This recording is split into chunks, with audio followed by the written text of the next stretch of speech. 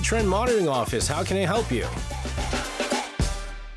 And back joining us in the studio for K-Trend Monitoring Office is David Kim. Hello, great to be back. I almost said Hasselhoff because we're talking about. You know who David Hasselhoff is? No idea. Oh my goodness!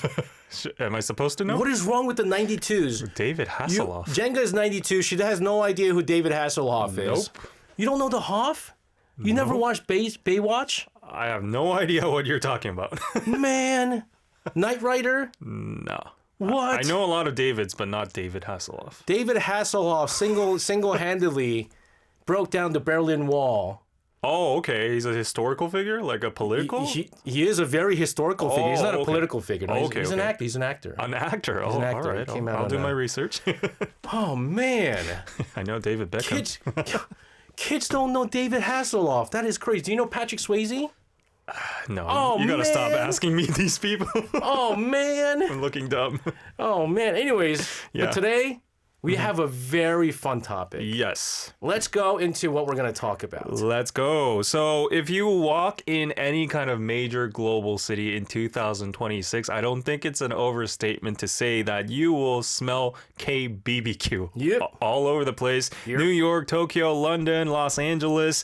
Yeah, you'll see K food all around the corners. There are K towns. There are lines in front of these Korean pubs or like I don't know, gourmets, hole in the wall places. So we're going to be discussing, has K-food truly achieved world-class status, or is it just riding this temporary Hallyu wave? Oof, what a topic. Yep. I wonder what genius came up with this topic. Oh, it's you? Yes. Oh, all right. So guys, when we talk about world-class cuisines, we talk about Italian food. yes. We talk about French food. I think French food is kind of overrated, to be honest with you. Really? Oh, you're going to get a lot of hate for that. Yeah, I think it's a little overrated, to be honest with you. Okay. I think it's a little overrated. Italian food's great. Yeah. Greek food, Greek, yes. Thai, Yeah. definitely. Chinese? Chinese is all over the place, so I don't know. Yeah. But they're supposed to be one of the nations with the best food. Japanese food has achieved. Mexican. I love Mexican You food. didn't mention that. I'm surprised. I love tacos. Oh yeah, for sure. Oh, my Burritos, goodness. enchiladas. I had Mexican food all weekend, by the way. So has Korean cuisine achieved the world-class status is what I want to ask you guys. Oh my goodness. Let's talk about the K-food 2.0 revolution. Yes. From exotic, what was considered, because I remember everyone going, oh my goodness, Korean food, kimchi, so exotic. Kimchi. Oh, bibimbap, bulgogi. Yeah. So exotic to now essential. So it's very interesting because like actually in the intro that I prepared, the global face of K-food was for a long time the big three, kimchi, bulgogi, bibimbap, which you just mentioned. Yes. Without even looking at the script. Oh, I didn't look at it. Yeah, exactly. So that's how stereotypical these three foods are. And while they're iconic, they were treated as like, just health foods or exotic curiosities within the Korean realm. But now we've entered a K-food 2.0 era, and now it's all about the K-BBQ, the samgyeopsal, the galbi, the K-fried chicken, and kimbap even. Kimbap is going big. I never would have imagined kimbap. Kimbap is like, think about it. It's like a sandwich. Yeah. But Korean. Exactly. I mean, a lot of Westerners usually used to describe kimbap as like the K sushi or like rolls, California rolls. Yeah. But yeah, these foods are like soul food, like lifestyle food for us. Yep. So, people are not just trying it for the exotic purposes. They're actually craving it, and it's all over the place. In K-pop Demon Hunters, whatnot, yeah. The weirdest thing, as I was preparing for today's show, I was just kind of looking through some stuff, and I wanted to know if it's just kind of like, what is it? Hip people trying to say like, oh yeah, I eat kimchi. Yeah. You know how like you want to sound hip? Exactly. Fermented food, right? Kombucha, kimchi, right? Yeah. And I was looking at it, and they were saying, I was talking to my friends, and I was like, you guys eat kimchi? And these are like, I'm talking about like American friends, right? I was like, you guys eat kimchi? And then he goes, dude, we got that, like we got pickles now. Oh. Because he's always like spicy food. Yeah. And he's like, that kimchi Right. that I used to always make fun of you for, we got that in the house all the time. Oh, wow. So they use it like a pickle. Oh. Because you know how like American food can be very greasy? Yes. And that's why they eat pickles. Ah, right. It evens it out. And so they've realized that you could have kimchi with their greasy food. Okay. And it's always in their fridge. Right. That's wild. That is wild. It's an essential now. I have a friend too that I asked, like, do you like kimchi? Do you eat kimchi? And she was like, oh, I prefer 종가 over bibigo. So I'm like, okay, yeah, game over. So. I mean, for our listeners out there, those are the ones that they sell packaged, right? At the H Mart and stuff. Exactly. There's an interesting news that came out, right? I didn't know it was in Vegas. Yes. So tell us about this. Yeah, so there are a lot of places around the world with K-towns and K-BBQ joints and whatnot, but Las Vegas was some sort of a milestone apparently in like the food sector. So there was a recent opening of a Michelin star Korean steakhouse called Got. So it's pronounced Got, but it's spelled in Cote. Right, Kote. Yeah, kind of sounds French, you know, a little bougie vibe to it. Yep. It's in Las Vegas, and it's a massive cultural signal. It's not just a restaurant; it's a high concept theater. If you can look at the pictures, you know, it blends the American steakhouse vibe with the communal, interactive, like fire pit culture of Korea. There are like people grilling it for you guys, and it's become a luxury, world class experience that rivals the finest French dining in the area as well. So a lot of people enjoy Sam over there, and like I heard like David Beckham, like speaking of David, was like a regular there as well too. So yeah, it's gaining a lot of attention. For me, as a person who grew up in the States, this is wild. It is wild. Because I grew up thinking best barbecues were American barbecues. Yes. You want good barbecue, you go to Texas. You go to Oklahoma, right? You go to like Kansas City for good barbecue, right? Yeah. But now people are going to forget that. And to us, like Korean barbecue seems so simple, but they love that. It's amazing. Yeah. I don't understand. I mean, at first people were like, why do I have to grill this? But now they're like, oh, let me grill, you know? They're like, this is the laziest. I saw a YouTube video. Yeah. Koreans are the laziest people. They make you cook the meat at a barbecue place. Yeah, and no tips. No tips. No tips. Yeah. But no, again, now there are places that actually grill it. But for a Korean barbecue place to get a Michelin rating, Yeah, that's crazy. that's just wild, right? That is wild. For our listeners out there, tell us though. I'm going to keep pitching out this question: has Korean cuisine hit world-class status yet? Or is it on its track, is the question here, or is it already world-class? We got some message here. Jenga was on a Virgin Voyage, you know, those cruise ships? They had a restaurant called Gombe Oh, wow. on the ship. They served K-barbecue and other K-food and soju. Wow. That's wild, On man. a cruise ship. That's wild. Whoa. They made us play the 삼육구 game with people at our table. Whoa. Yeah. This is not a Korean cruise ship. Yeah, I don't know what kind of era we're living in right now. Wow, man. There's also a restaurant in New York City that I believe got it's not a Korean barbecue place, but a Korean restaurant that got a Michelin star. Oh, yeah. The kimbap phenomenon is the other crazy thing. Yes, so there was a global shortage of frozen kimbap at Trader Joe's. I remember that frenzy. People were actually buying it and doing reviews on TikTok, and yeah, it wasn't just a fluke. It proved that K-food could be actually convenient, very plant-based or and affordable as well too. So it's very healthy kimbap. And you know, people are now making variations of their own style of kimbap. They're looking at like culinary class wars nowadays, and there was like a very unique kind of kimbap which the 선제 스님, the monk, made, and like the other chef made as well too. So people are putting their own taste into it, and yeah, it's very good food. You know what's I think really changing? Again, to get a Michelin star, it's very difficult. You can't just have grilled meat and be like, okay, Michelin star. Right. You have to do other things. Now, I mentioned a restaurant in New York City that John was talking about. It's a Korean fusion place. Okay. And they took a twist into Korean food and they made it into like a fusion. And it looks so boozy. Oh. right? Like it looks so bougie, right? Yeah, like it yeah. looks so bougie, and then it's probably really good too. And if you look at if you go to Mosu with Chef An, I mean, if you go to Mosu, if you can go to Mosu, Yeah, never been. I've never been either. It's Korean food, but it's like a twist, Right. and it's supposed to taste really, really good. And so I feel like now Korean food is evolving to cater to the global taste in order to get to the world-class level. Oh, okay. Because, I mean, it's very difficult for, I think, Korean food itself to Yeah. become world-class. Right. Because Korean food is all about simplicity, right?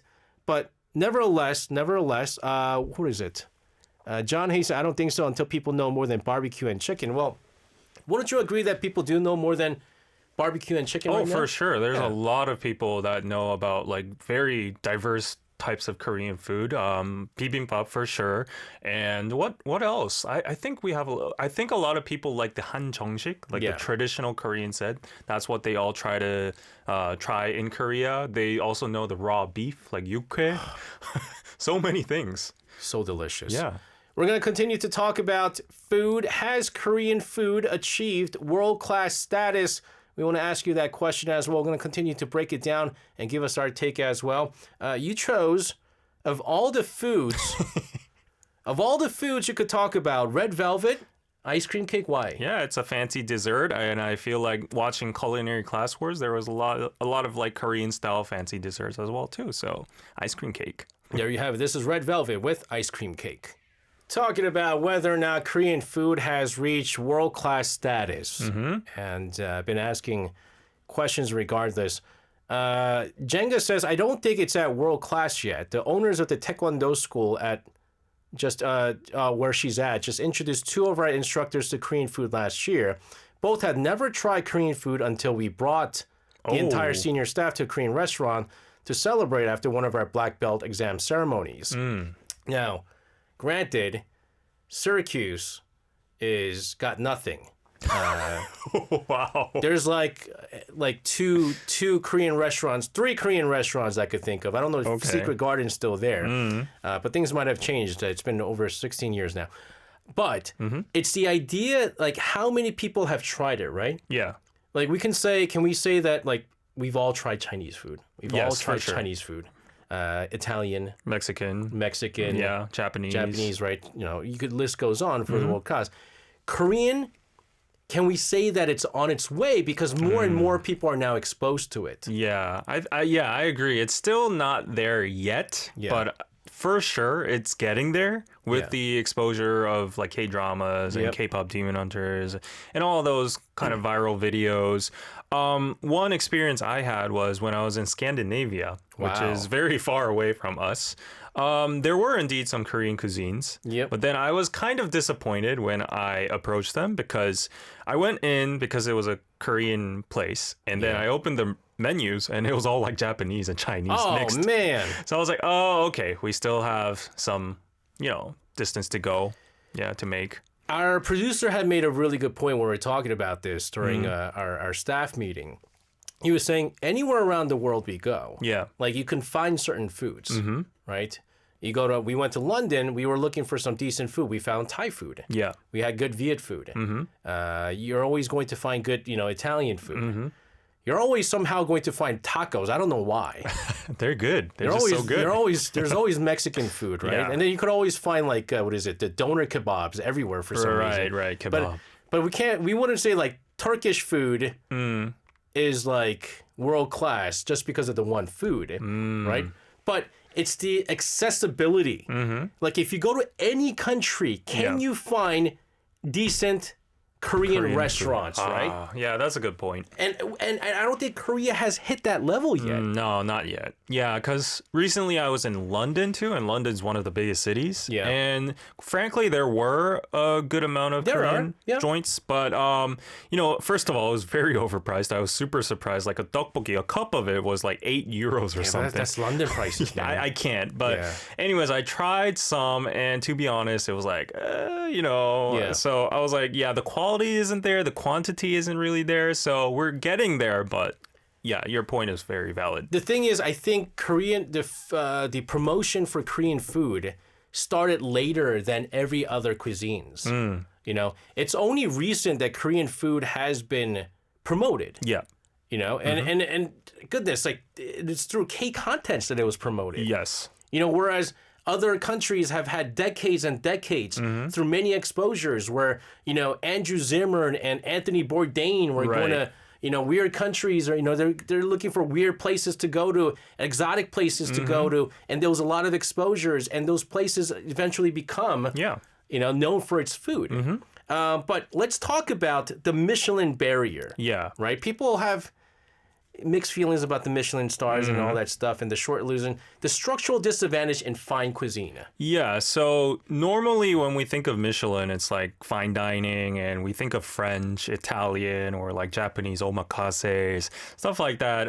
Korean food in that category is I think it's still rare. We did mention a few, but it's still not there. But the thing is, the Michelin system is originally built on the European fine dining foundation itself.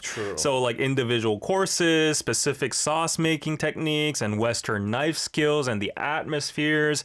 However, if you look at Korean food, we do have a structural barrier because Korean food is based on 상차림, which means it's like everything is served at once. We have banchans, all of it is served at once. It's not like a course meal. Right. And there's a lot of fermentation with the chang and like aging with doenjang, kimchi. There are techniques that are invisible to the naked eye, but require years of patience. So like translating this invisible craft and visible luxury of fine dining, it remains a challenge to like the global critics. That is very well put. We actually just talked about Chang in the first hour with Buyong. And invisible luxury, invisible craft. You don't see that, right? But it's an essential part of Korean food. Yeah. And what kind of Chang you use in that food really changes the taste of that. But that doesn't get into consideration. But also, I feel like, and I'm going to say this about those, what is it, Trader Joe's frozen kimbap? Yeah. That I've heard is not what you think it is. Like, I hope no one eats those frozen kimbaps and thinks like that's how all Korean kimbaps taste like. Yeah. You have to, Korean kimbap is all about being made on the spot. Right. Warm, right? Not frozen. But speaking of which, the traps of social media hype. Right.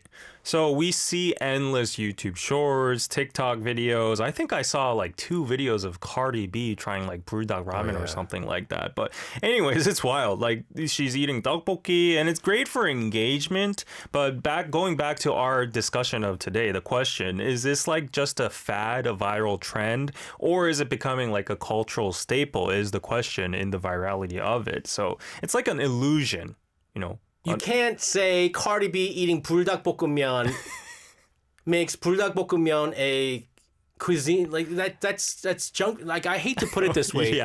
It's junk food. Right. It's snack. Right. It's snack. It's not even good for you. Yeah. I mean, you technically shouldn't be eating all that stuff. It's not really good for you, but it's good for clicks. Yeah. It's good for views. Challenges. And I'm not going to be, I'll be honest with you. Like when I did like spicy food, like it wasn't half bad. It felt like eating a spicy snack, you know? Like you'll have it sometimes. Right. But those aren't what Korean cuisines are all about. Exactly. You got to try the 상차림, the 한식, yeah. the actual 한정식, the royal king's dishes and all that. So that's like the real food. Like you got to watch Culinary Class Wars. Yeah, you have to do that. But also, there are good YouTube channels. Like that's why I give props to my friend Austin. He runs a channel called Eating What Is Given. Okay. And this guy, Midwest from Indiana in the U.S., goes around Korea, hidden spots and countrysides. Ooh. And he even finds out how to do like proper jang making. Oh, wow. He goes to like the mountainsides to eat like black pork and all that stuff. He finds like those real cuisines. That's what real food is all about. Yeah. It's not about eating buldak and stuff like that. Sustainability and longevity is also the key. Yeah, so since we were talking about BrewDog and virality, I think the next step building like Korean food into a world class is definitely heritage. Yeah. We need K-food establishments that last like 30, 40, 50 years as everybody knows about sushi, as everybody knows about, like tacos or whatever. Yeah. So like moving beyond this new hip and new phase, like everybody's now lining up in K-Town, but is this going to continue after 30 to 40 years?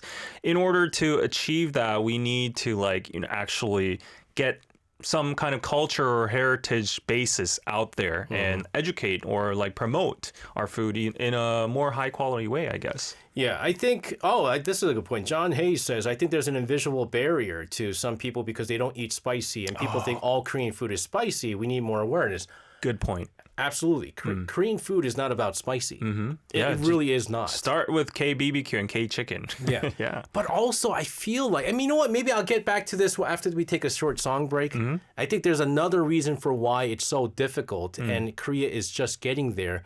But again, I know a lot of food-related songs. Yeah. You chose a song called A Chicken Noodle Soup by J-Hope. I mean, chicken noodle soup isn't really Korean, but J-Hope is, and BTS is coming back. Food, And who knows? Maybe you made like samgyeopsang, put noodles in there. That's also chicken exactly. noodle soup. Right? Oh, yeah. This is J-Hope with a chicken noodle soup. Let's get some chicken noodle soup. Chicken noodle soup. We're talking about Korean food, Korean cuisine, whether it's hit the world-class status. I want to kind of add this part, and I want your 2 cents on it. Okay. I feel like it's so much harder for Korean cuisine to become world-class. Yep. Is because there are just so many food. There's Types? so many types. Oh, okay. Right? Okay. It's number one confusing because every restaurant has a different banchan. Oh, right. And depending on which restaurant you go to, you'll get like 5 to 10 to 20 different banchans. Right? It's confusing. Yeah. You can't really embrace individually. Yeah. And yes, we know like the big ones, like the bulgogi, like the barbecues and the chickens and the kimbaps. We only know the big ones, but then there are other like hidden gems. Yes. Like the cooks, like the jigaes and the cooks. Cold noodles, naengmyeon. Cold noodles, naengmyeons and all that stuff. And it's so hard. It takes so long. It'll take so long for everyone to discover all explore all of them. Yeah. Right? Or is that with all other countries too? I mean, I just feel like maybe that's one of the reasons why it's so difficult. Yeah, I think you have a good point because like normally if we go to like a Mexican joint, like they have a menu and they have all sorts of different foods there. But I, like your point is like if we go to a naengmyeon place, it's only naengmyeon. Yeah. And you have to go to a sundubu place and it's only like sundubu. Yeah. So you have to go to all these fragmented restaurants to taste each and every meal. Every food, yeah, exactly. Every place is dedicated to a certain food. Yeah, that makes sense. And it's just like you want Italian food, you go to an Italian restaurant. So you just gave me a business idea. Maybe I should make a kimbap heaven in New York City where they serve all types of different Korean foods. But call it kimbap heaven? Yeah.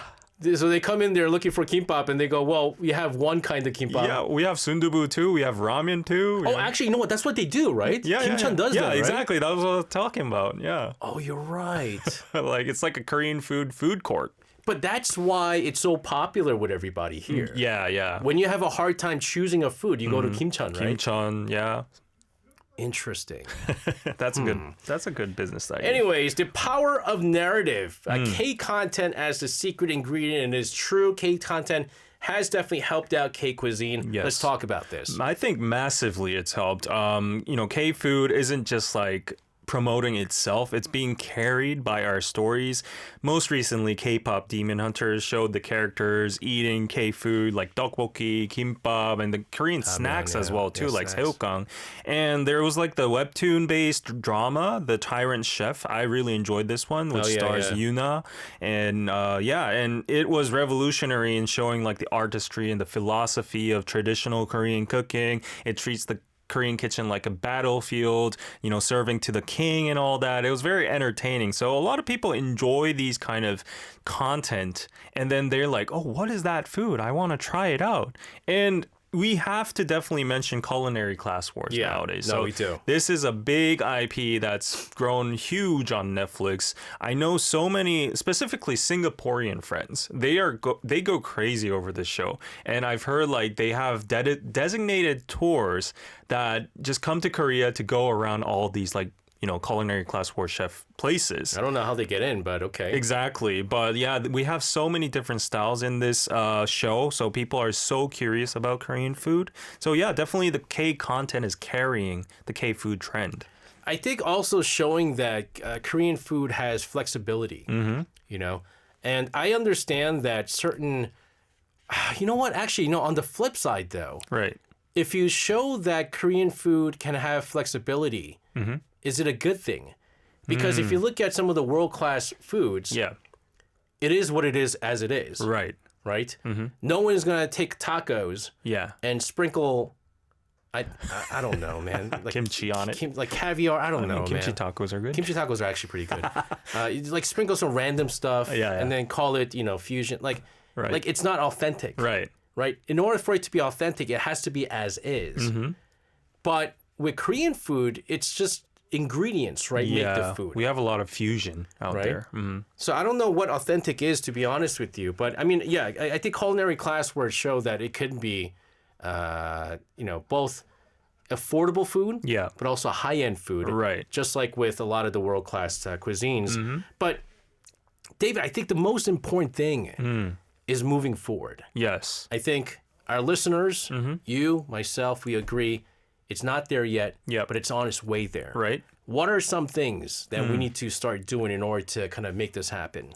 Well, first of all, I don't think Michelin is the standard of like world class don't think food so, or anything, but like as like tacos, we have street stalls, right? Yeah. But then, a lot of people think K food is very cheap Yeah. food. It's not like healthy food or anything. But I think we have to get off that image first. Like K food can be sophisticated, it can Yeah. be very high in nutrients, high quality. That's one thing. And the second thing is using our own terminology.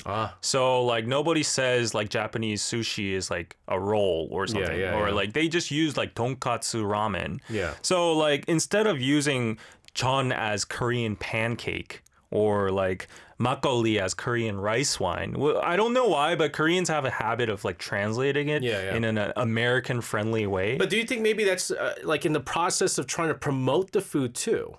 Yeah, I guess. Right? Like now we're at the promotional phase, so I think I can give it a pass. Yeah. But now I think since we're entering that world-class territory, yeah. we need to own our terminologies. If you don't know what it is, find out. Yeah, exactly. Google it. Yeah, like it's not mixed rice, it's bibimbap. No, Chun, right? I think Yeah. that's a very good point that you made. Makgeolli. Yeah, it's not soft tofu stew, it's sundubu. Sundubu. Yeah. Yeah, I use it by what it is. Systemizing the language. Yeah. So I think we need a global standard to systemize the culinary terms in Korean. When a chef in London might say Chang, a diner in Seoul should feel the same like weight of tradition over there. And like this linguistic world-class status is like final frontier. So I think, our chefs that are overseas, maybe, for example, the recent viral cooking monster from Culinary Class Wars, he's opening a restaurant in NYC. So he could start like becoming the frontier of like just calling Chang as Chang. Yeah. 된장, 된장. Yeah. Yeah. It's, again, I don't know why, but Korean food didn't promote itself very well in the beginning. I think if it had gotten the same start as some of the other countries, maybe it might have, gotten there already. Yeah. But, it's better late than sorry. Yep. I think we're just getting started. And, through the medium of K contents, I think more and more people are going to find out Yes. about Korean food and eventually become a world-class food. For sure. The last, even though we talked about how not all Korean food is hot, in the last song you chose, 17 is hot. Oh, you already exposed my reason there. Yes. But like a lot of food in Korea is hot. 17 is hot. So I chose this song. All right, David, good talk. Have a safe rest of your night, and Thank you. we'll see you again next Monday. Bye-bye.